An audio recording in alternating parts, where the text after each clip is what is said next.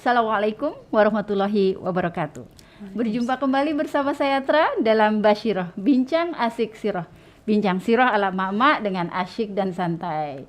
Apa kabar mak-mak pencinta sirah Indonesia? Alhamdulillah kita bisa ketemu kembali ya pada hari ini. Pada hari ini saya ditemani oleh adik-adik saya ya di kelas ya. Namanya Kak Kokom dan Kak Arin. Assalamualaikum Kak Kokom. Assalamualaikum Kak Arin. Alhamdulillah Kak Arin udah yang kedua kali ya ini ya. Alhamdulillah sudah yang kedua Kak kalinya. Kokom ini yang pertama tapi bukan yang terakhir. Insyaallah. Terima kasih atas kehadirannya ya. Sama-sama, Jangan pada kapok, nanti kita undang-undang terus insya Allah. Nah pada hari ini pemirsa kita akan ngobrol-ngobrol ya lebih jauh tentang masa kecil Nabi Muhammad SAW yang pada minggu lalu dalam Ibroh sudah dibacakan oleh Kak Kokom ya. Kita udah sama-sama baca ya tentang masa kecil Nabi Muhammad SAW. Nah di sana kita udah dapat kisah-kisah ya yang sudah disampaikan oleh Kak Kokom ya. Tapi pada hari ini kita nggak akan membahas lebih lanjut. Kita nggak mau ngobrolin tentang itu lagi Kak Kokom. Karena Kan sudah udah ya, dibahas kan kemarin. Jadi kita nggak akan bicara tentang mukjizat-mukjizat Rasulullah ketika lahir, kayak misalnya kisah-kisah tentang sinar ya ketika Bunda Aminah melahirkan beliau, ada sinar yang keluar dari tubuhnya gitu ya. Ataupun kita tidak akan membicarakan juga tentang apakah beliau ketika dilahirkan sudah disunat apa belum gitu ya, karena itu juga sudah dibicarakan kemarin. Juga tentang ketika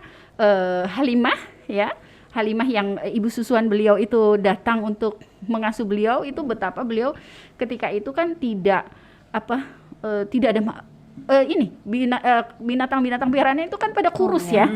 Tidak ada susunya dan lain sebagainya, terus anaknya rewel dan lain sebagainya. Tapi begitu beliau sudah memegang Rasulullah SAW dalam asuhan beliau, ternyata tiba-tiba semua kambing-kambingnya menjadi gemuk-gemuk ya, kemudian susunya banyak dan lain sebagainya. Keberkahan lah yang beliau dapatkan. Kita nggak akan membahas tentang itu lagi karena udah dibacain kemarin sama Kak Kokom. Makasih loh Kak Kokom. Sama-sama. Nah pada hari ini saya ingin lebih membahas tentang lingkungan beliau tumbuh, kemudian juga tentang pola asuh beliau dan orang-orang yang mengasuh beliau.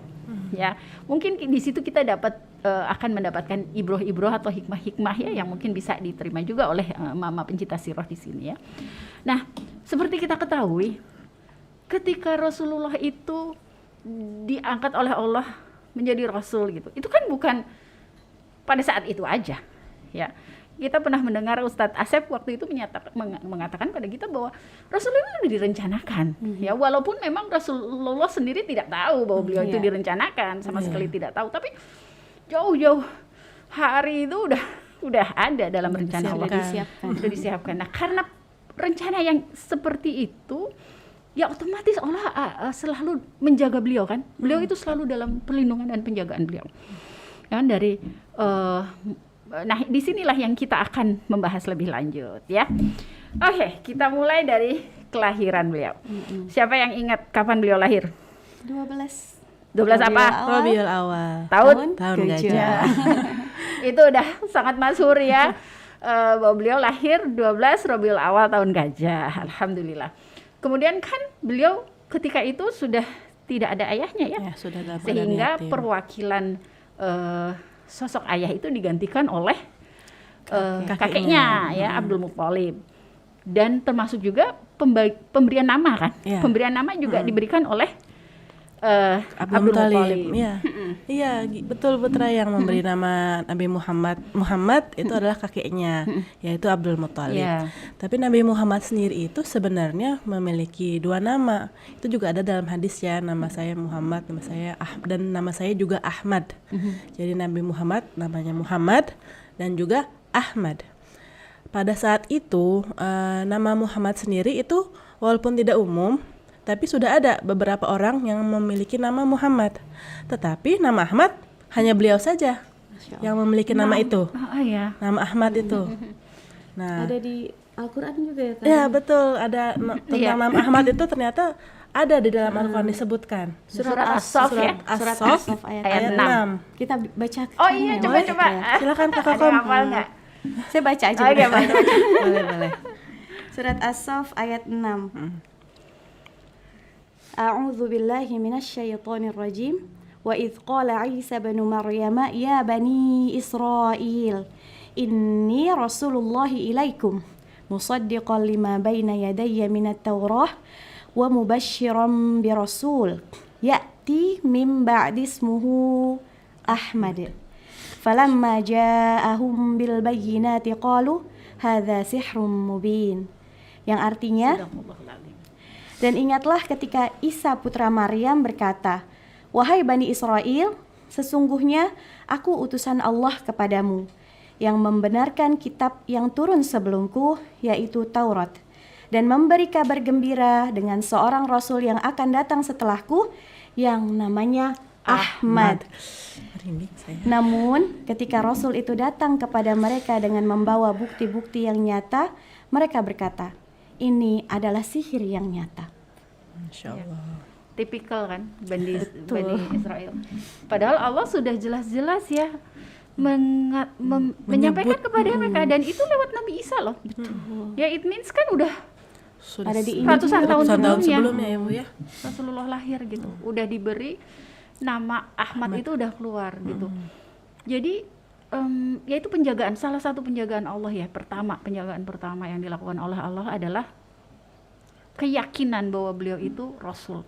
Itu udah disebutkan ratusan tahun sebelum beliau lahir, sebelum beliau diangkat menjadi nabi, ya kan. Dan seharusnya untuk orang pengikut Nabi Isa Ahli kitab gitu ya. harusnya mereka orang pertama yang percaya pada Rasulullah.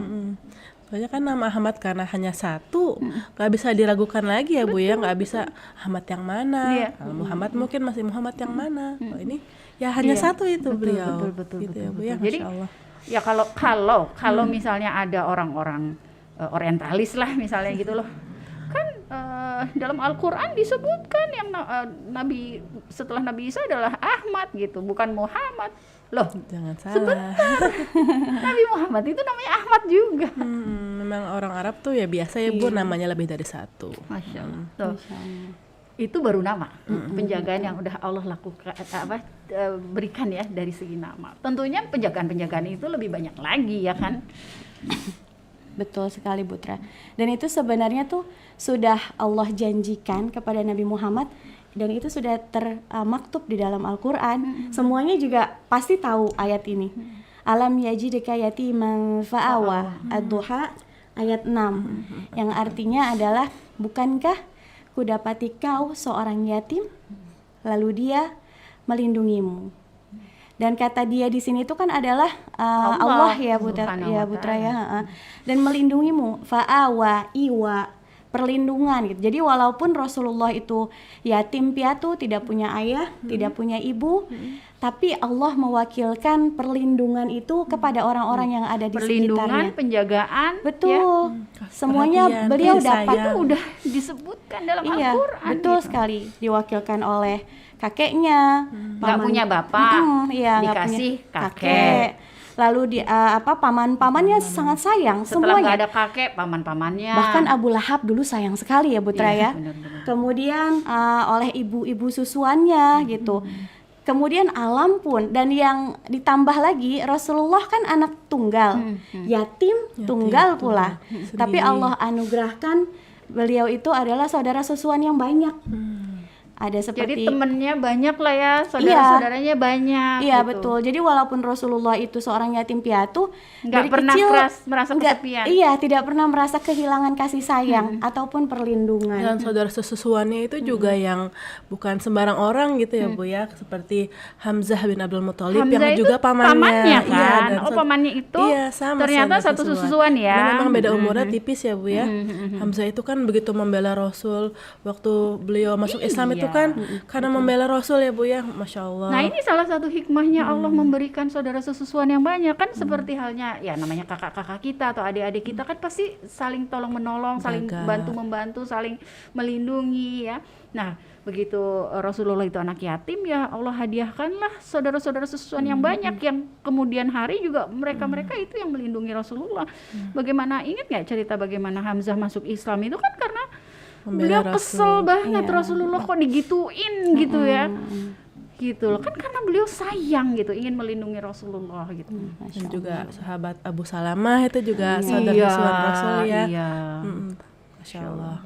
Masya Allah ya, jadi ya ini udah menjadi rencana Allah gitu. Itu dua berarti kan, yang pertama itu Allah penjaga atau melindungi lewat namanya, kemudian lewat saudara-saudara dan orang-orang yang mengasuh beliau gitu kan. Juga apa namanya, tadi kan disebut ibu-ibu pengasuh ya. Oh iya, ibu-ibu pengasuhnya ya Bu ya. Oh iya, dari ibu-ibu pengasuhnya itu ada sesuatu yang menarik nih Bu. Dari orang-orang yang mengasuh Nabi Muhammad saat kecil sampai sekitar umur 5-6 tahun, itu nama-nama orang yang mengasuhnya ternyata hampir semuanya memiliki nama-nama yang sangat indah. Misalnya seperti ibundanya Aminah. Aminah itu artinya dari kata amin, yang berarti orang yang bisa dipercaya. Lalu ada pembantunya itu yang bernama Barokah, atau kita kenalnya mungkin Ummu Aiman, nama aslinya Barokah, artinya barokah. Otomatis ya Barokah kita tahu lah semua ya. Ibu susuan beliau yang pertama itu bernama Suwaibah, Oh, artinya itu balasan yang baik. Lalu yang kita tahu juga ibu susu yang kedua Halimah, Iya. dari kata hilm, yang berarti paduan antara kelembutan dan keperkasaan, sifat halim. Lalu dari saudara susunya juga yang bernama Syaimah, artinya sifat yang baik. Jadi sejak kecil memang beliau itu dikelilingi orang-orang yang namanya artinya baik. Beliau Dilingkupi oleh dilingkupi orang, dan ini orang-orang yang namanya baik. mengasuh beliau loh. Yang mengasuh, yang paling terdekat gitu Yang ya Bu ya. terdekat, yang Ruang mengasuh lingkup langsung terdekatnya. gitu kan, paling tidak kan mereka yang menyentuh dia, yang menggendong dan lain sebagainya. Jadi selama beliau balita tuh mendengar nama-nama orang tuh yang indah-indah, yang artinya baik-baik gitu. Mungkin ya, juga Masya ini Allah. menjadi salah satu pola didik ya yang Allah tunjukkan kepada kita gitu, bahwa anak-anak kecil itu harus selalu diperdengarkan kata-kata yang baik, bahkan dari nama sekalipun gitu. Itu satu. Terus yang kedua mungkin dengan nama-nama yang indah yang tersemat kepada tokoh-tokoh ini gitu, insya Allah kan mereka memiliki sifat-sifat yang Sifat yang indah baik. sebagaimana Jadi namanya membentuk ya. karakter ya Putra. Iya betul sekali, karakter yang Rasulullah dapati dari hasil apa namanya pengasuhan dari orang-orang yang tadi disebutkan oleh Kak Arin. Itu ada satu karakter yang menurut saya istimewa, karena saya pun baru mendengar. Tunggu. Saya jadi ingat, maaf ya, saya jadi ingat. Dengan sebelum dilanjutkan ke situ, saya jadi ingat. Jadi Rasulullah itu ketika kecil, walaupun anak yatim, ya, itu kan ya dikeliling di apa Iwa itu kan sudah diberikan perlindungan dari segala sudut lah ya, mulai dari terutama khususnya orang-orang lingkungan yang di berada di circle beliau paling dalam gitu ya. Nah ini kan juga, maksudnya ini menjadi pelajaran juga buat kita bahwa anak-anak yatim kita atau anak-anak kita di rumah lah, betul. ya kan itu juga membutuhkan hal itu gitu. Ya misalnya anak yatim ya, itu kan juga oke lah di yayasan yatim piatu gitu, mereka ya makan sih oke, sekali-sekali ada pesta dari orang-orang yang ingin berbagi kebahagiaan gitu ya. Tapi kan rasa cinta dari orang-orang sekelilingnya gitu ya, dari orang-orang yang mengasuhnya itu sangat penting gitu. Nggak sekedar apa namanya ngasih makan dan baju aja. Pun orang tua sekarang ya, kalau ibu-ibu sering dengar, kalau mama sekalian sering dengar itu ada seorang ahli psikologi wanita itu Ibu Eli Risman itu sering mengatakan bahwa anak-anak zaman sekarang itu mengalami apa yang disebut ayah ada ayah tiada, ibu ada ibu tiada. Maksudnya apa sih? Ya sosoknya ada, perhatiannya tapi tidak ada. nggak ada, kasih sayang tidak ada, didikannya tidak ada, nilai-nilainya tidak sampai. Bukan yatim piatu tapi seperti yatim piatu ya betul. Nah, padahal Allah melalui Rasulullah ketika beliau masih kecil ini ya, dengan circle dalamnya yang demikian penuh kasih itu menunjukkan bahwa itu kebutuhan anak-anak. Iya, betul sekali. Masya Allah. Kalau Gimana misalnya tadi kalau kamu tadi mau terusin, sorry tadi saya nggak potong. apa-apa, ini Soalnya memang jadi ingat berkaitan gitu. karena tadi kan kalau anak zaman sekarang kan kekurangan kasih sayang ya, padahal karakter yang bisa tertanam ke dalam jiwa itu dibentukkan ketika kecil ya Putra. sangat disayangkan banyak yatim piatu yang tidak dapat ini. Bahkan ada ayah ibunya pun tidak dapat. Tapi alhamdulillah dengan penjagaan Allah, Rasulullah dapat. Satu sifat yang tadi saya sampaikan yang begitu istimewa, yang saya pun baru mendengar itu setelah saya belajar sirah, yaitu adalah sifat wafa. Oh, iya betul. Wafa itu adalah sifat yang Rasulullah tidak pernah melupakan sedikit pun kebaikan orang lain terhadap dirinya, dan beliau selalu berusaha. Nah ini effort ini, berusaha untuk selalu membalas semua kebaikan yang pernah diberikan kepadanya. Itu karakter yang kuat ada di dalam diri Rasulullah. Jadi walaupun Rasulullah sudah berusia dewasa, kemudian bertemu dengan yang dulu pernah mengasuhnya. Sering loh, banyak kisah-kisah tentang Rasulullah memiliki sifat wafa ini banyak. Iya banyak sekali. Dan salah satunya itu kepada kakak Syaimah. Oh yang tadi disebut iya, salah iya. satu pengasuh tadi Salah kan, satu kakak pengasuh. Syaimah di anaknya Halimah juga Iya, tentunya betul, kan, anaknya Bunda saudara Halimah. sesusuan beliau. Iya betul, itu ada kisah yang mengharukan antara pertemuan dua saudara sesusuan ini, Putra. Jadi saya kisahkan ya, Putra ya. Mangga. Jadi waktu itu kan setelah Fatu Mekah, itu kan ada dua daerah, yaitu Taif dan Hawazin, suku Hawazin dan juga Taif. Itu ketika tahu Mekah sudah ditaklukkan, mereka itu ketar-ketir. Karena mereka belum Islam kan? Mereka belum Islam. Masih kafir ya? Memusuhi bahkan. Bahkan memusuhi, oke. Nah, kakak Syaimah itu ada di Hawazin. Iya, kan Bani Sa'ad itu kan Iya, suku Hawazin. salah satu suku Hawazin. Beliau ada di situ. Kemudian rencananya Taif dan Hawazin ini mau menyerang Nabi Muhammad. Tapi kan Rasulullah tidak kalah strategi. Beliau itu selalu bergerak lebih cepat daripada musuh-musuhnya. Akhirnya Rasulullah lah yang menghampiri mereka. Pas tahu Rasulullah menghampiri mereka, lari tunggang langgang, ketakutan gitu. Akhirnya pemimpin-pemimpinnya kocar-kacir, ya ditinggallah semua ternak-ternaknya, bahkan keluarga-keluarganya banyak yang tertinggal. Banyak tawanan ya Kak ya. Betul, dan Akhirnya akhirnya ditawan. banyak yang ditawan. Salah satu tawanannya adalah Kak Syaimah yang sekarang tuh sudah jadi Allahu nenek-nenek. Akbar. Kalau dulu kan kakak. Iya, karena udah Ya, puluhan tahun kan. iya, sudah ditinggal puluhan tahun. umur 4. Kemudian Bertemu ketemu lagi setelah Fathu Mekah, berarti 61. Rasulullah sekitar 61 Iya, tahun kan. 61 Berarti berapa, Nenek Syaimah 57 Wah, 50. tahun, 56 57 tahunan. Tidak bertemunya sebegitu lama ya, Putra. Nah, tapi uniknya Rasulullah ketika tahu itu adalah kakaknya, memberikan servis atau memberikan memuliakan beliau. Gimana Jadi kan, taunya Kak itu kakaknya Kak? Nah, iya, jadi begini ceritanya. Jadi waktu itu kan Kak Syaimah itu ditawan. Kemudian dia berkata sama orang yang menawannya, "Aku ini kakaknya Muhammad," gitu. "Aku ini kakaknya Muhammad." Nggak percaya kan? Kakak dari mana? Orang Muhammad, anak tunggal kok gitu ya. Gitu. Terus setelah itu akhirnya dibawalah Syaimah ini ke hadapan Rasulullah SAW. Kemudian Rasulullah berkata, "Kalau kau memang kakakku, apa buktinya? Gitu, apa yang bisa membuktikan?" Lupa juga dong ya Rasulullah, kan, karena sudah kan puluhan berapa tadi 67 tahun nih, 57 tahunan. Kemudian akhirnya kakak Syaimah berceritalah sedikit, "Muhammad, ingatkah engkau dulu engkau pernah kugendong dan engkau menggigit pundakku hingga berbekas?" Kan gitu. Dan bekasnya itu memang tidak hilang, Putra. Jadi Kak Syaimah itu memperlihatkan nenek. Kalau dulu manggilnya Kak boleh deh, sekarang nenek. Nenek Syaimah sudah memperlihatkan kepada Rasulullah. Ketika Rasulullah melihat, beliau mengenalinya. Saat itu pun akhirnya beliau memuliakan, Masya Allah. "Oh, ini kakakku." Gitulah kira-kira. Dihamparkan burdah untuk Syaimah duduk di atasnya. Ya, beliau dengan Itu Kak Syaimah dari tawanan Iya. menjadi tamu yang tamu, mulia. benar, Masya Allah.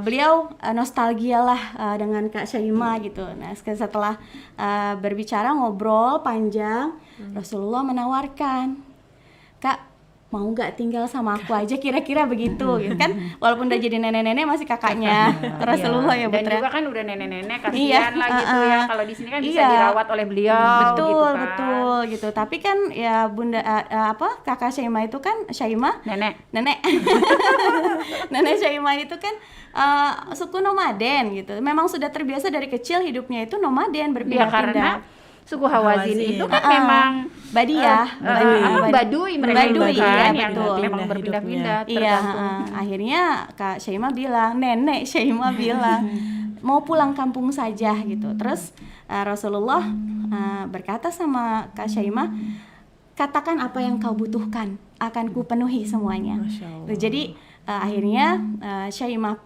kembali lagi ke suku Hawazin dengan dipenuhi kebutuhannya oleh Rasulullah Sallallahu Alaihi Wasallam. Padahal waktu itu tuh belum masuk Islam ya Kak ya? Ya, belum masuk Islam, bukan Muslim. Oh iya, Kemudian makanya ditawan tawanan itu lagi. kan, Mm-mm. ditawan itu kan Dan- karena belum masuk Islam, ditawan dengan harapan, ayo ditawarin juga kan mau masuk Iya, Islam apa betul, enggak. betul. Dan masya Allahnya tuh ini masalahnya rentang waktu jauh, Sangat jauh. dan tidak pernah bertemu Bu Tetra. Dan ketika bertemu tiba-tiba langsung dimuliakan karena Ya itulah sifat wafa ini. betul ingin membalas apa yang dulu pernah diberikan oleh Kak Syaimah gitu. Masya Allah. Dan masih banyak lagi loh sifat-sifat Iya, beliau, apa betul. namanya, bukti-bukti kewafaan beliau itu. Cuman kita nggak bahas semua di sini ya pemirsa, nanti waktunya habis. Cuman kita udah tahu deh bahwa Rasulullah itu mulia banget gitu.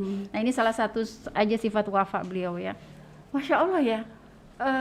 Jadi Rasulullah itu karena sifat wafanya ya itu kan menawarkan kepada Syaimah ya untuk tinggal atau enggak, yang dan Syaimah mintanya pulang gitu, pulang kampung kan, karena beliau memang orang suku Hawazin yang memang selalu berpindah-pindah gitu. Jadi saya jadi kayak ngebayang gitu, pasti Rasulullah juga hidup di wilayah atau lingkungan seperti ini juga kan, ketika kecilnya. 0 sampai 4 tahun itu kan. Iya, betul sekali Bu Tetra. Dan lingkungannya itu sebenarnya istimewa Bu Tetra. Mungkin kalau dilihat oleh orang awam ya, lingkungannya tuh terlalu sederhana atau mungkin kok gersang kok Rasulullah tinggalnya di situ. Emang kayak gimana sih Badiah itu tuh? Badiah Bani Sa'ad Badiah itu ya, Bani Kak, Sa'ad ya? tuh lingkungannya tuh seperti ini Bu Tetra. Itu kan Badiah ya, kawasan yang luas, yang terbuka dengan curah hujan yang sedikit dan dipenuhi oleh ada gunung batu, ada rumput-rumput sedikit, pohon-pohonnya juga sedikit, dan yang pasti itu adalah padang yang tandus. Jadi itulah lingkungan kecil Rasulullah. Jadi bukan yang dibayanginnya tuh ada mainannya, ada perosotannya gitu, enggak. Dan juga bukan ini loh, dan juga bukan desa yang banyak rumah saling bukan. berdekatan gitu Bukan, kan. bukan. Ini rumahnya jauh-jauhan. Tapi dari lingkungan yang sederhana seperti itu, Rasulullah bisa bertumbuh dengan karakter yang kuat dan fisik yang bagus. Karena kan di situ Rasulullah lepas. Mau main kemana, kanan kiri itu bisa gitu. Tidak takut, nggak takut ketabrak mobil, nggak ada ketabrak motor gitu, tidak. Terus kemudian karena beliau itu waktu kecil tuh suka membantu kakak Syaimah, bantu mengembala kambing.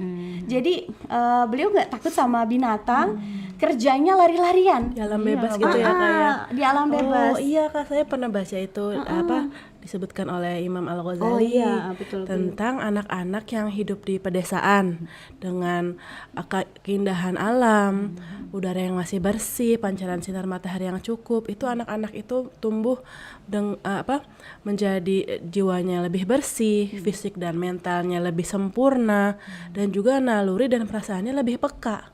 Masya Allah. Masya Allah. Jadi ya Makanya itu mungkin sifat-sifat ya, yang ada pada Rasulullah semua iya, kan. mungkin karena Hingga dengan disiapkan beliau saat kecil di tempat seperti itu, di alam bebas, udara bersih, itu menjadikan beliau saat dewasanya memiliki sifat-sifat seperti itu, apalagi karakter tersebut. terutama sifat peka ya Bu ya. Itu Iya, kan kepekaan sosial kepekaan ya. terhadap masalah umat, terhadap umat Betul, beliau, betul, Masya betul, Allah. betul. sekali. Iya, jadi kebayang ya, anak-anak sekarang itu kan jarang keluar. Apalagi orang kota. Mungkin kalau orang desa masih lah ya.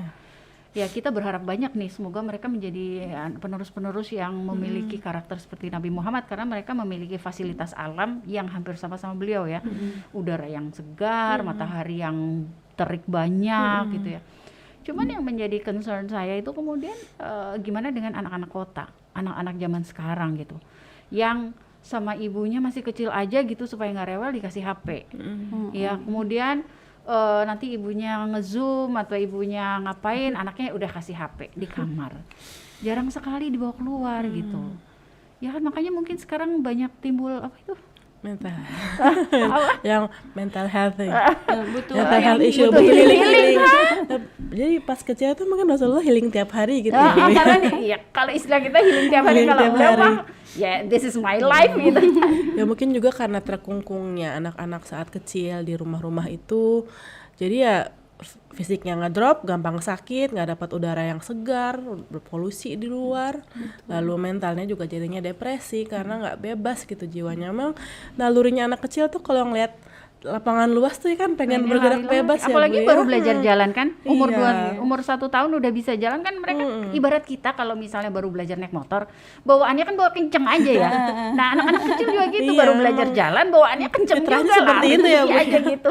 Jadi memang butuh kebebasan itu. Nah Insya ini Allah. saya jadi pingin mengetuk nih sama emak-emak pencinta sirah sekalian ya, bahwa ya anak-anak itu butuh udara segar, anak-anak itu butuh matahari gitu. Kita ya mungkin kita nggak terlalu tahu ya pengaruh kimia apa di dalam tubuh sehingga menjadikan seperti tadi Imam Al-Ghazali menyampaikan bahwa menjadikan jiwa-jiwa yang kuat, tubuh-tubuh yang sehat dan kepekaan sosial yang tinggi. Mungkin itu secara kimiawi ya, vitamin D-nya, oksigennya yang masih bersih gitu, itu mempengaruhi gitu apa sel-sel dalam tubuh ini. Allahu a'lam bishawab. Tapi dengan apa yang sudah kita bahas ini ya, menurut saya ini menjadi syarat juga buat kita ketika mendidik anak-anak kita ya, terutama masih kecil-kecil, biarkan mereka keluar gitu. Memang sih gitu, mungkin akan banyak juga yang kita kan di kota gitu, udah nggak ada taman, udah nggak ada gini gitu. Taman sih pasti ada ya, taman kota gitu, atau jalan-jalan di sini diberikan waktu lah gitu. Bapak-bapaknya atau ibunya habis sholat subuh jalan-jalan dulu keliling supaya dapat oksigen ya, udara segar gitu. Nanti pulang sekolah jam berapa, jam 2, jam 3, jalan-jalan dulu lah kena matahari gitu ya, 1 jam gitu. Ajak main sepeda atau apa. Fisiknya tuh diolah gitu, dan apa namanya, hal-hal yang sifatnya zat-zat yang sehat yang dari alam ini bisa terserap oleh tubuh. Jadi Introspeksi jangan di juga rumah. buat saya sih. Oh iya, Karin anaknya 3 ya, masih Iya, ucil-ucil ya, gitu, masih kecil. unyel-unyel. Harus sering-sering diajak keluar. Benar, jadi jangan di rumah aja gitu.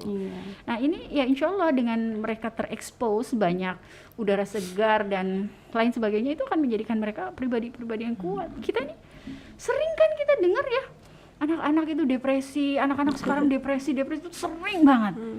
Ya mungkin karena ini mereka kurang oksigen Iya. dan Kurang vitamin D. Kurang vitamin D, betul sekali. Dan selain itu Bu Tetra, ini saya mau sharing. Ada hal yang saya baru tahu juga setelah saya belajar sirah. Ini berkaitan juga dengan gaya hidup Rasulullah ketika kecil. Tentang rumah. Oh iya, rumah. oke. Berarti kan rumahnya orang-orang Bani Sa'ad dong. Iya, Oke. rumahnya Bani Sa'ad. Jadi Rasulullah itu kan tinggal bersama Bunda Halimah ya, di suku Badui. Dulu itu bayangan saya, kalau Bunda Halimah itu tinggalnya di rumah, ada temboknya, ada atapnya, gitu. Itu bayangan saya dulu. Jadi ketika mendengar dibawa ke Kampung kaum Bani Sa'ad. gitu, kaum Bani Sa'ad kebayangnya gitu, seperti disangkain itu. kayak village gitu Iya, ya. dulu pikirnya begitu. Kadang di buku anak-anak juga digambarkan seperti itu. Oh iya ya, gambar Rumah gitu. rumah beberapa gitu. gambar buku anak-anak tuh gambar Iya, seperti itu. tapi ternyata tidak, ternyata tenda. gitu. Iya, karena kan Iya, mereka Baduy berpindah-pindah. Iya, dan itu bukan hanya Bunda Halimah saja yang tenda, tapi satu kampung rumahnya tenda. Dan dari kesederhanaan itu karakter Rasulullah terbentuk. Tunggu dulu, jangan salah ketika bicara kampung ya. Itu juga bukan berarti tempat tinggal tendanya ini deket-deket loh. Iya, jauh-jauh. Kampung itu tetap mereka jauh-jauh, satu rumah, tetangga satu sama tetangga lain, tenda satu sama tenda yang lain tuh nggak kelihatan kayak kalau kita pramuka gitu ya, jambore gitu kelihatan, itu enggak loh. Ini kampungnya kampung Arab soalnya, bukan kampung di Jauh-jauh Indonesia. kan. Kalau iya kampung di Arab itu yang suku Karena kan Baduy itu mereka jauh-jauh. mencari rumput. Kalau betul. wilayah sini udah dipakai sama keluarga Iya. ini kan dia harus cari tempat lain buat ternak iya, yang betul, agak betul jauh sekali. gitu Iya. kan. Dan itu dari hasil kesederhanaan itu, karakter sederhananya Rasulullah pun terbentuk gitu, karena memang terbiasa dari kecil itu dididik sederhana gitu. Sederhana, untuk bahagia itu sederhana. Jadi tidak butuh target yang banyak gitu. Harus punya rumah dengan berapa tingkat atau emas berapa peti segala macamnya, tidak. Untuk suku Hawazin itu harta yang paling berharga untuk mereka itu air. Air kenapa? Air itu harta buat mereka karena air itu dibutuhkan untuk membesarkan ternak-ternak mereka gitu, karena mereka hidup kan dari ternak. Jadi dari kulitnya, dari dagingnya, dari susunya gitu. Jadi hanya sebatas itu kebahagiaannya. Jadi kesyukurannya tinggi ya, tingkat kesyukurannya tinggi, artinya ya cuma dapat wilayah yang ada airnya aja mereka udah bahagia. Dibanding ternaknya bisa makan, bisa minum, mereka tuh udah senang gitu ya, Bu ya. Iya, dan dilihat di sini yang tadinya kita lihat sederhana banget ya tinggal, tapi ternyata itu menjadi sebuah kelebihan, terutama untuk karakter Rasulullah, karena pembentukan karakter beliau. Karena dengan sederhana maka Rasulullah itu sifatnya sahaja, bersahaja. Sekali lagi ini udah diatur sama Allah kan, rencana tadi kan. Dipilihlah suku Hawazin yang notabene mereka adalah suku Baduy yang berpindah-pindah. Tentunya juga mereka orang-orang yang tidak memiliki keinginan-keinginan duniawi yang terlalu tinggi kan? Betul. Kalau dipikir-pikir ya Butra ya, kan Rasulullah itu kan orang yang paling mulia, orang paling dicintai Allah. Tapi kenapa beliau tuh ternyata kecil nih dididik dari lingkungan yang sederhana? Itu tuh sebenarnya bisa kita ambil pelajaran bahwa rasa cintanya Allah kepada seorang hamba tuh tidak dinilai dengan harta yang berlimpah ya, Masya Allah. Seperti itu. Catatan ya. Sebelum saya lupa nih, saya pengen menjadikan ini sebuah catatan gitu, bahwa kemuliaan manusia di mata Allah sekali lagi bukan karena hartanya. Betul. Ya, jadi pemikiran jahiliyah itu seperti mana kita baca bareng di episode sebelumnya, itu kan dikatakan bahwa orang-orang jahiliyah itu kan merasa mulia jika hartanya banyak gitu kan. Tapi dalam Islam dan di mata Allah itu tidak demikian gitu. Contohnya siapa? Rasulullah. Ya. Betul sekali, Masya Allah. Sangat mudahnya bahagia itu ya. Mudah bahagia itu sebenarnya sederhana gitu. Dan itu nanti berefek di kepemimpinannya ya, Butra ya. Ketika Rasulullah jadi seorang pemimpin, tidak repot, tidak mengumpulkan harta. Nggak pengen punya harta banyak. Nggak ada beban sosial harus ngumpulin harta karena harus ngebalikin utang itu untuk mencapai tingkat kepemimpinannya itu. Nggak ada beban itu. Ketika Rasulullah menjadi seorang nabi itu kan sebenarnya beliau banyak hartanya, tapi hidupnya tetap sederhana karena habis ingat nggak juga diberikan masalah semuanya kepada umat. Setiap kali beliau melakukan peperangan kemudian menang, itu kan ada harta khusus Gonimah. Ada gonimah. Saya kok mikirnya harta karun. Astagfirullahaladzim. Gonimah. Kan ada gonimah, dan Rasulullah itu sebagai pemimpin itu jatahnya 1/5, which is artinya kan 20% dari seluruh harta gonimah tuh nggak sedikit loh. Iya, banyak banget. Nah, kalau beliau mau gitu kan, beliau bisa jadi kaya raya. Tapi Betul. pernah nggak kita mendengar bahwa beliau itu kaya raya? Tidak. Ada nggak kisah sedikit pun aja, satu aja, yang mengatakan bahwa beliau itu hidup mewah dan kaya raya? Saya malah pernah dengarnya Rasulullah tuh nggak pernah kenyang. Iya, betul sekali. Nah, ini hasil didikan atau hasil lingkungan Bani Sa'ad yang dipilihkan oleh Allah ya, Butra. Masya Allah. Oh iya, Butra, satu lagi poin penting yang didapatkan oleh Rasulullah saat tinggal di Bani Sa'ad. Apa tuh? Yaitu adalah kefasihan dalam berbahasa. Kefasihan dalam berbahasa ya. Betul. Kan memang kita semua tahu kalau anak-anak dari kota Makkah itu banyak yang disusui di Baduy, ya, seperti Bani Sa'ad ini. Iya, memang itu kan, mereka, kan? memang budaya Bu ya. Selain untuk menjauhi penyakit-penyakit yang sering ada di kota karena banyak pendatang luar, juga karena di Bani Sa'ad itu bahasa Arabnya murni. Jadi anak-anak di sana bisa belajar bahasa Arab yang murni, yang bagus ya. yang orisinil. Jadi kan kalau di kota itu memang banyak pendatang, udah bahasanya campur aduk, bahasa pasar, bahasa gaul Iya, gitu iya, lah ya bukan iya. zaman sekarang. Walaupun belum ada bahasa Jakarta Jaksel ya. Nah kalau di mana saat ini bahasa Arab yang murni. Jadi Rasulullah saat kecil itu belajar bahasa Arab yang murni. Nah pernah ada saya dengar hadis Abu Bakar bertanya kepada Rasulullah, wahai Rasulullah, saya tidak pernah menjumpai orang yang sefasih engkau. Rasulullah menjawab, betapa tidak, saya adalah dari suku Quraisy dan saya disusui di Bani Sa'ad. Sekali Kita lagi tahu, itu sekali lagi itu rencana Allah kan. Iya.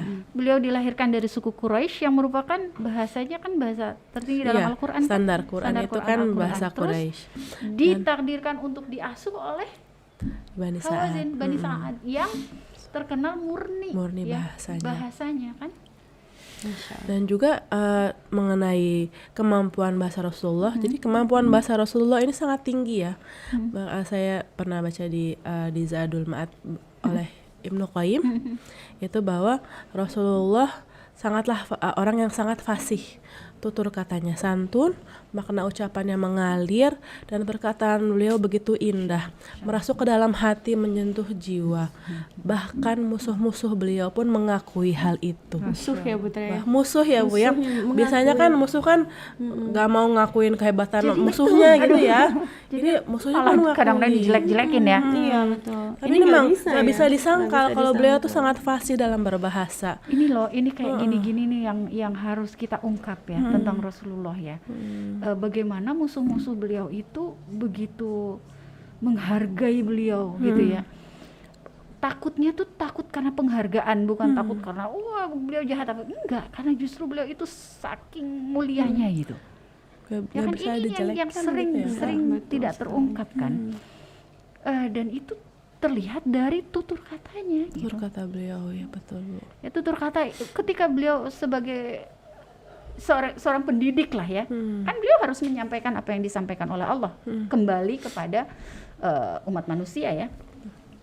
Itu kan beliau harus punya kemampuan untuk memilah Iya. kosakata mengolah mana kata. yang akan saya gunakan untuk golongan-golongan yang mana gitu kan. Kan bukan hal yang mudah ya Bu ya itu.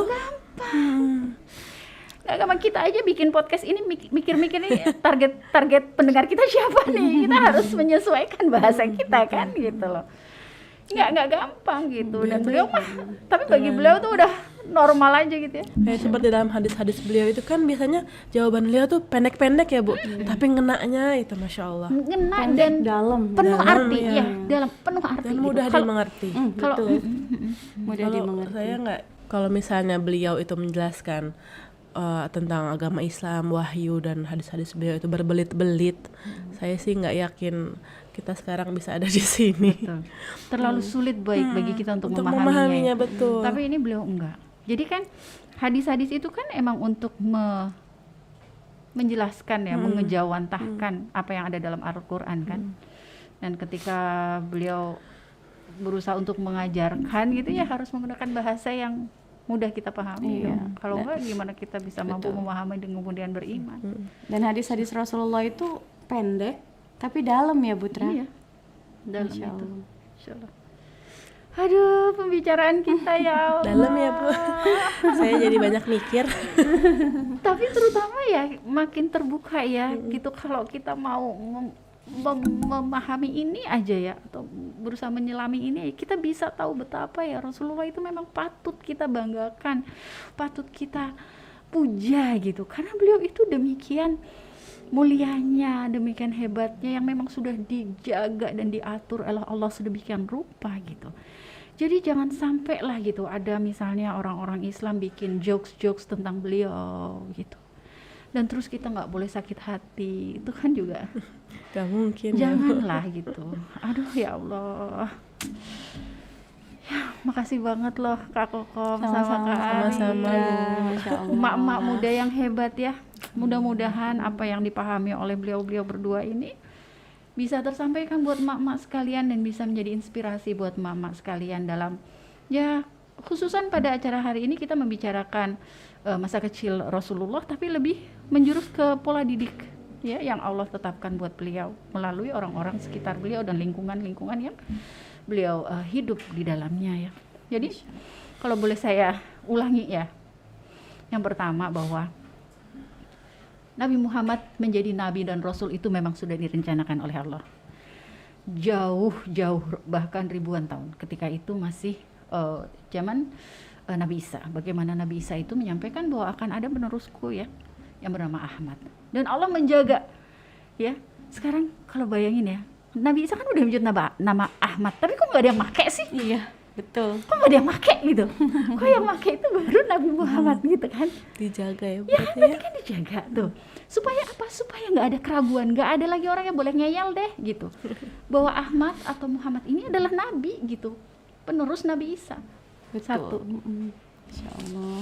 Yang kedua, masalah perlindungan itu tadi Iwa. Allah sudah mencatatnya dalam surat Ad-Duha ya, menyampaikan dalam surat Ad-Duha gitu. Walaupun Nabi Muhammad itu yatim, tapi Allah akan melindungi ya, dan perlindungan itu dari mana-mana ya, dari orang-orang sekelilingnya, dari nggak ada bapaknya meninggal, tapi diganti oleh kakeknya. Nggak ada kakeknya, diganti oleh pamannya yang melindungi beliau. Kemudian ibu-ibu atau pengasuh-pengasuh ya yang menjaga beliau itu bahkan dipilih dengan nama-nama yang baik. Insya Allah. Supaya apa? Ya supaya beliau terbiasa dengan kebaikan-kebaikan itu. Ya, itu 3. Kemudian juga ditambah lagi beliau anak tunggal, tapi dikasih saudara yang banyak. Yang pada akhirnya saudara-saudara ini kelak akan saling membantu. Dan Khususan saling juga membela. menjaga beliau juga, melindungi sekali lagi. Melindungi beliau juga. Ya, sebagaimana Hamzah waktu itu dengan tegas melindungi beliau. Siapa yang berani hadapi saya dulu, gitu kan? Paling enggak istilahnya ya. Terus yang ketiga, lingkungan dan penduduk ya, atau ya Bani Sa'ad itu sendiri yang memiliki budaya-budaya yang sederhana ya, yang baik itu, yang menimbulkan atau menumbuhkan karakter-karakter yang sederhana juga buat Rasulullah gitu. Tidak terlalu tinggi lah standar kebahagiaannya. Udah dapat air aja itu, Bani Sa'ad itu udah bahagia banget. Nggak perlu deh nemu emas, nggak perlu deh nemu berlian, nemu sumber mata air aja, mereka udah bahagia ya, Masya Allah. Demikian juga Rasulullah pada akhirnya ketika dewasa, ketika jadi Nabi juga, walaupun dengan diberi kekuasaan dunia dan seisinya kan istilahnya, tapi beliau enggak tuh ngumpulin emas-emas berlian, enggak. Jadi ya untuk rakyat, kepekaan, kepekaan yang timbul dari pola didik di alam itu kan, sebagaimana tadi Imam Al-Ghazali menyampaikan bahwa anak-anak yang hidup di pedesaan dengan udara yang segar, matahari yang banyak itu tingkat kepekaannya tinggi, tingkat kepekaan sosialnya tinggi. Ya, dan Rasulullah memiliki hal itu, ya. Kemudian juga sifat wafa, ya, bagaimana beliau itu tidak pernah lupa terhadap kebaikan-kebaikan orang. Dan beliau akan selalu ingin memuliakan orang-orang yang pernah baik kepadanya dan kepada keluarganya. Terus yang terakhir, bahasa. Bagaimana Allah menakdirkan beliau untuk hidup dan tumbuh di lingkungan Bani Sa'ad ini yang terkenal memiliki bahasa yang masih murni, bahasa Arab yang murni. Jadi beda dengan zaman sekarang gitu ya.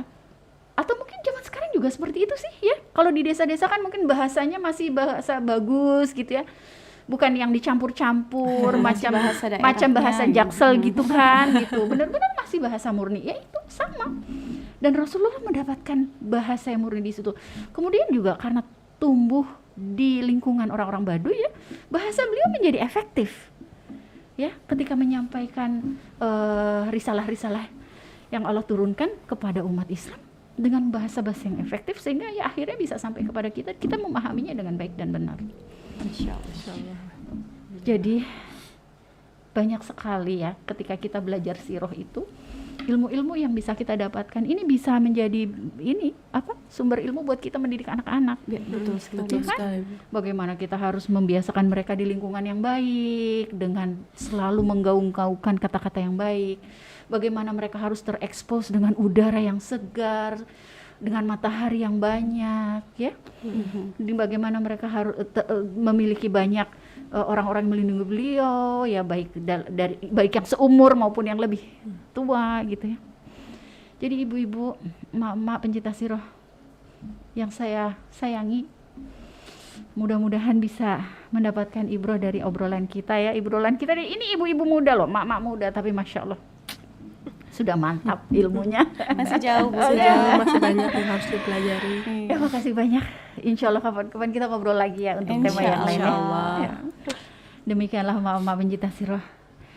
Yang belum nonton Ibroh episode ke-7 kemarin ya, episode ke-7 tentang masa kecil Rasulullah, dengerin itu ya. Kemudian dengerin lagi obrolan kita hari ini. Kita ini Basyirah episode ke-11. Jadi dan buat yang belum subscribe sekarang, rugi kan kalau enggak. Obrolan kita asik-asik loh. Jangan lupa nyalain loncengnya, jangan lupa dinyalain. Iya. Jangan lupa like dan loncengnya juga di klik supaya setiap kali kita mengupload video baru, mama sekalian akan selalu diberikan notifikasinya. Mudah-mudahan bermanfaat buat ibu-ibu sekalian. Sekali lagi terima kasih banyak, jazakumullah khair ya Mbak Kokom sama Mbak Arin. Assalamualaikum warahmatullahi wabarakatuh. Waalaikumsalam warahmatullahi wabarakatuh.